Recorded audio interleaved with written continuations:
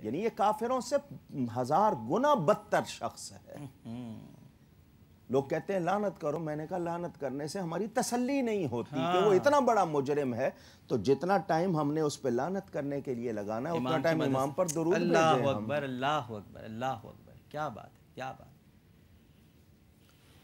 پھر مکہ مکرمہ پر حملہ، کعبے کا غلاف جلا، کعبے کی چھت جلی، اس میں اس دمبے کے سینگ تھے جو حضرت سیدنا اسماعیل علیہ السلام کے فدیے میں آیا تھا، وہ جلے۔ جس دن کعبے پر آگ لگی اسی دن یہ مرا، اور بہت موذی بیماری میں مرا۔ آج بھی اس کی قبر پر بھٹی لگی ہوئی ہے، آگ لگی ہوئی ہے، نام و نشان نہیں ہے۔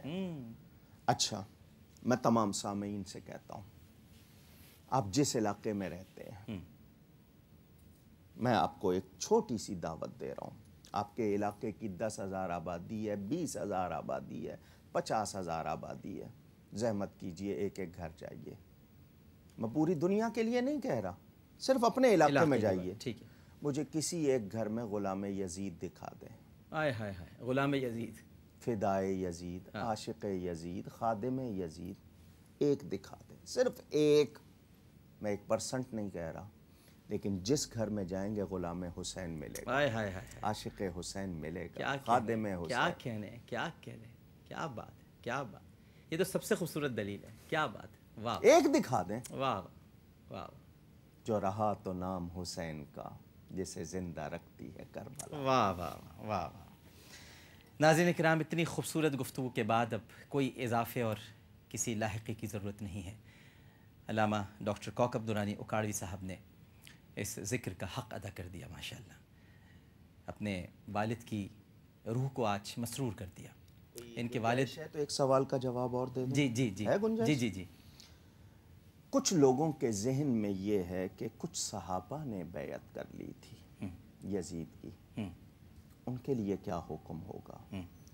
امام بھی صحابی، وہ بھی صحابی، انہوں نے بیعت کر لی تھی، امام نے کیوں نہیں کی جب صحابہ نے کر لی تھی؟ کچھ لوگ یہ اعتراض بھی کرتے ہیں، میں اس کا بھی جواب دے دوں۔ کیوں؟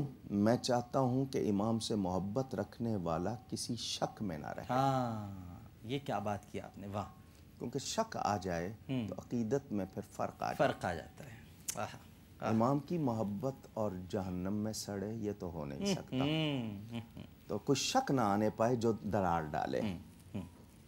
شریعت میں 2 اصول ہیں، ایک رخصت اور ایک عزیمت۔ مثلاً کہیں پھنس گئے ہیں غیروں کے ہاتھ، غیروں سے مراد غیر مسلم بھی ہیں، بدعقیدہ بھی ہیں، اور جان کا مسئلہ آ گیا، صرف زبان سے وقتی طور پر ایسا کلمہ کہنا ہے جو اسلام کے خلاف ہے، یا ایسا کرنا ہے جو خلاف ہے، لیکن دل ایمان پر مطمئن ہے، وقتی طور پر صرف جان بچانے کے، اس کو رخصت کہتے ہیں۔ ٹھیک ہے۔ عزیمت عزم سے ہے، پختہ ارادے سے، ڈٹ گئے، جان لے لو مگر نہیں کہیں گے، یہ عزیمت ہے۔ عمر زیادہ ہو جائے، جسم میں ناتوانی آ جائے، محسوس ہو کہ ہم اکیلے ہیں، قوت نہیں بن سکتے، تو عام آدمی اگر قبول کر لے تو لوگ کہیں گے کہ کیا کرتا یہ کیسے لڑتا، اس میں اتنی ہمت کہاں تھی۔ لیکن جو نمایاں شخصیت ہو، وہ اگر دب جائے اور ڈر جائے تو لوگ کہیں گے کیا کیا اس نے، یہ بھی مرد نہیں بنا، بہادر نہیں بنا۔ تو جو جتنا اہم ہوگا اس کا کردار بھی اتنا ہی ہونا چاہیے۔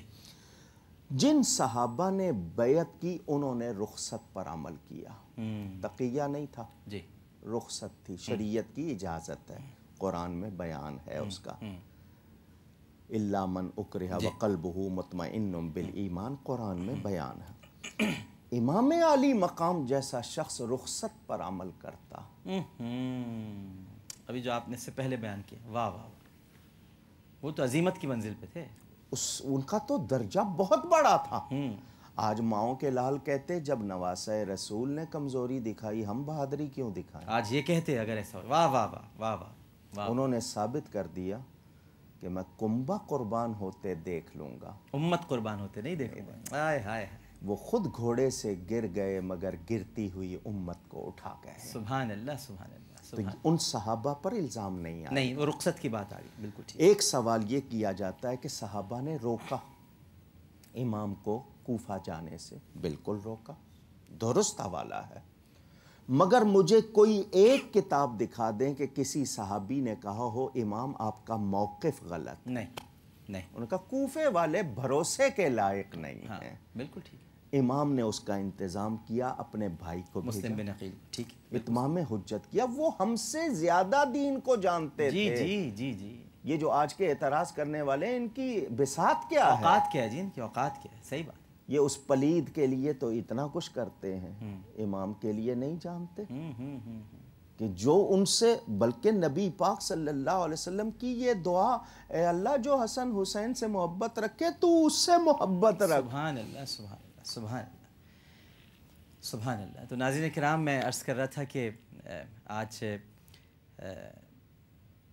کوکب نورانی اکاڑوی صاحب کے والد بھی بہشت کی فضاؤں میں بڑے مسرور ہوں گے، اور جس مقام پر اس وقت موجود ہیں، ہمیں یقین ہے کہ جیسا بھی فرمایا کہ امام حسن حسین سے محبت کرنے والے سے اللہ بھی محبت رکھتا ہے. تو یہ گھرانہ جو کوکب نورانی اکاڑوی صاحب کا ہے، یہ انہی سے محبت کرتا ہے. تو جب وہ محبت کرتے ہیں تو پھر اللہ سبحانہ و تعالیٰ بھی ان سے محبت کرتا ہے. تو آج اپنے صاحبزادے کی یہ گفتگو ناظرین کرام یقیناً شفیع اکاڑوی صاحب کے لیے ایک فخر کا باعث ہے.